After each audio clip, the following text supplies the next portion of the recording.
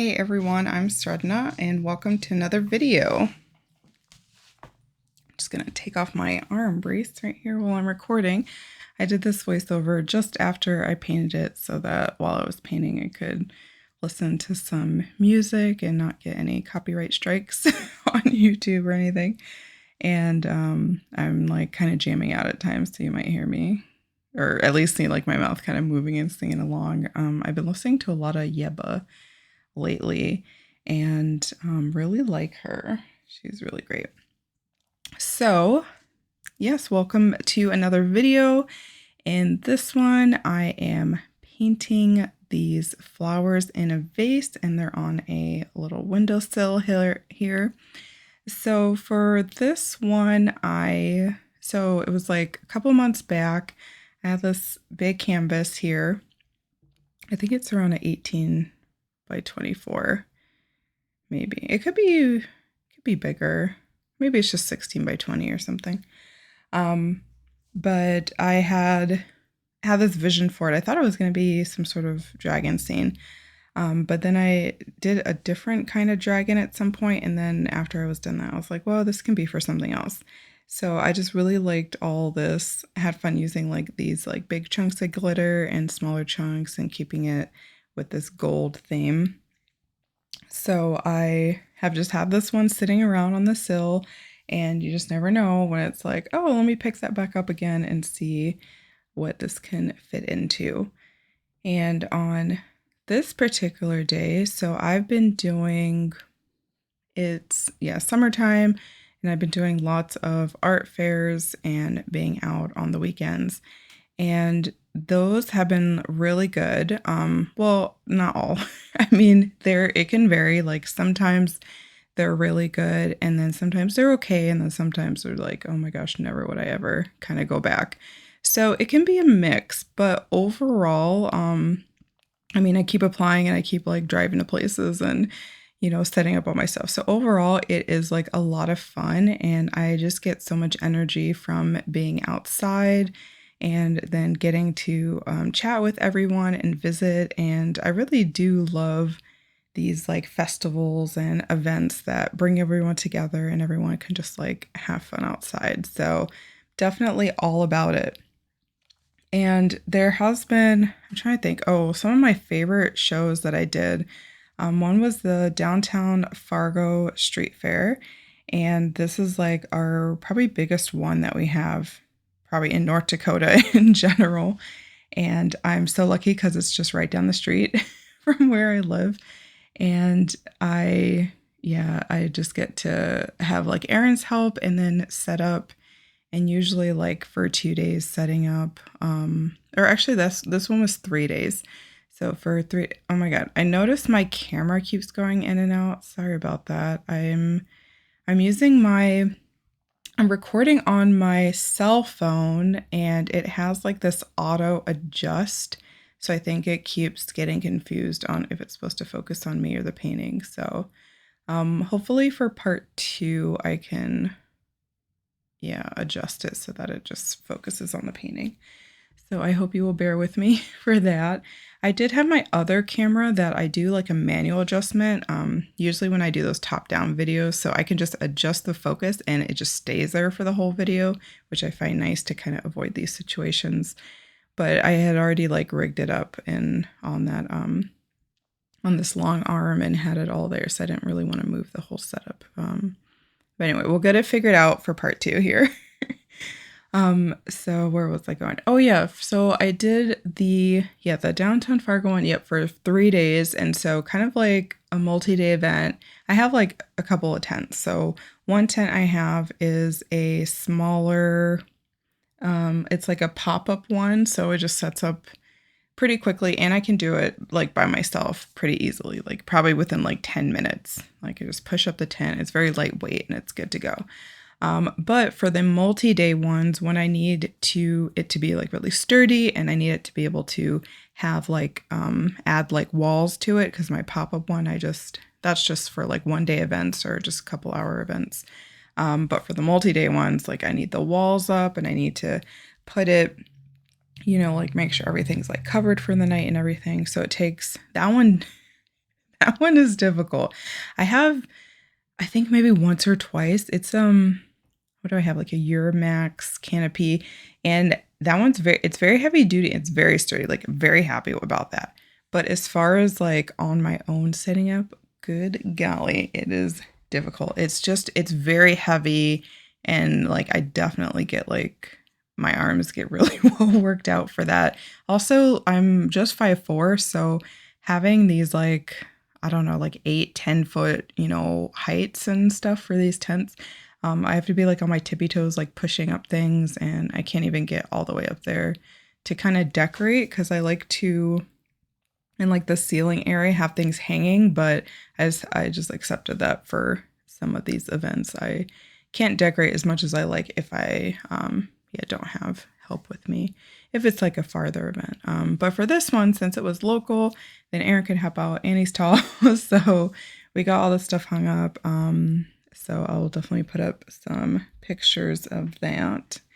And there was, we put up like this mushroom and we put up these flowers and things like that. So that was all really, really fun. And for this one, I also had like a corner booth. So I got to have people sort of like walking around the outside because it wasn't all like crowded and stuff inside. So I liked that setup. So I was really happy with that.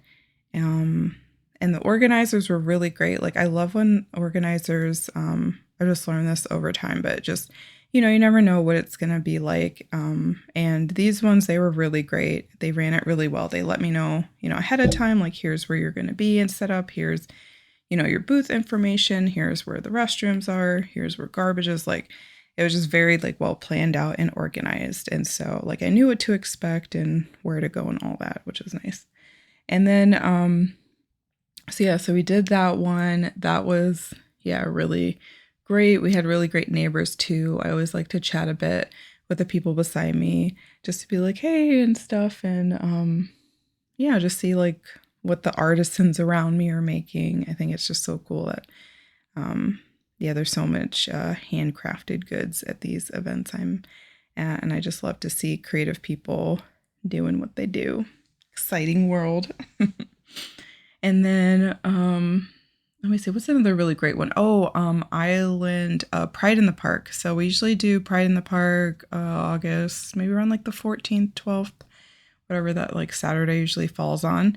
And they do like a great event. And I know Rachel, who is one of the organizers there, and she's like always been great. She always has like such bubbly energy and everything. And the event itself, so it's like a 1-day thing. So I can do my pretty like easy setup with my pop-up tent and stuff.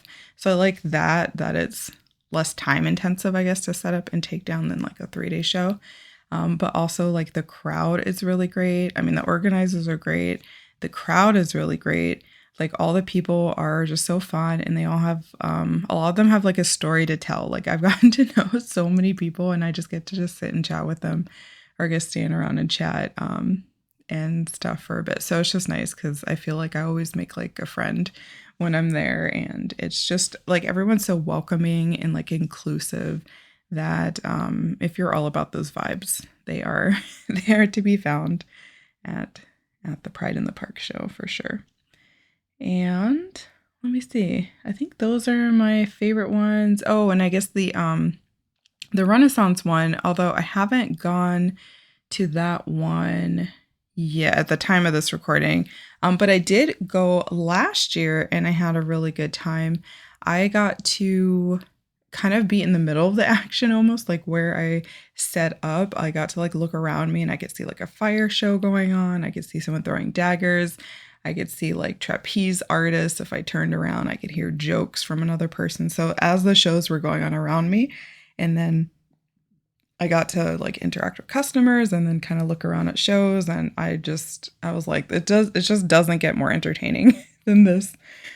And so many people there love fantasy and dragons and Lord of the Rings inspired art and all that. And also like appreciate doing things in like an older style, which I guess I hadn't brought my handmade watercolors to it last year because I wasn't making them then.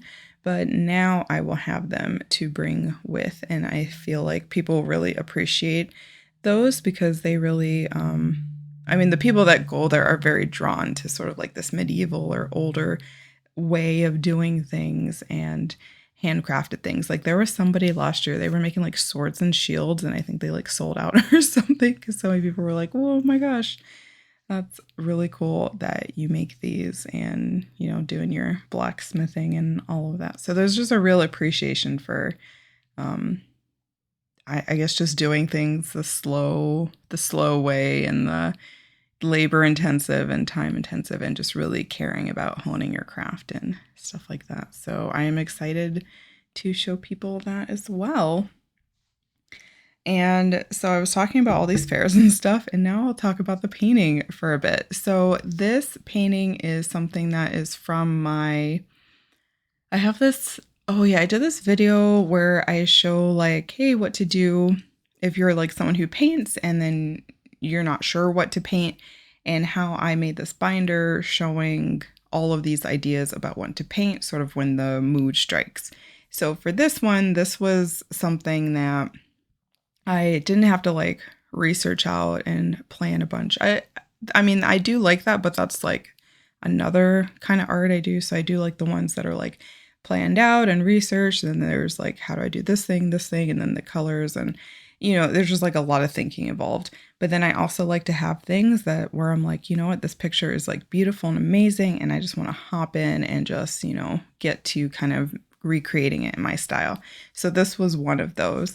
And it was a, yeah, this flower, and it's going to be on the sill.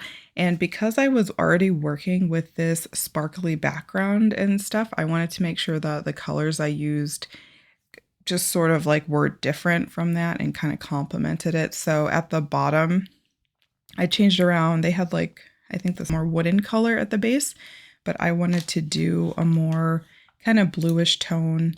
And actually it looks a little like water to me. So I'm like, okay, I'm really enjoying this. And then there's that little like, I guess like, well, it's in like a window. So you get that little bit of, I don't know, I guess like wood trim or something around. And then I was thinking like, okay, at the top, there's sort of like this curtain, and it's like a lacy curtain, but I wasn't sure if I wanted to cover up the sparkles with just like a plain white or even like a grayish white. Like it might kind of, yeah, just, I was worried it might kind of flatten it and you wouldn't notice it as much because I really do want to show that through. I do have another idea, which is actually using like real lace and maybe gluing it down in some way. So maybe this can be more of like a mixed media kind of thing. So we'll see what happens in the next part of this video. Woo woo.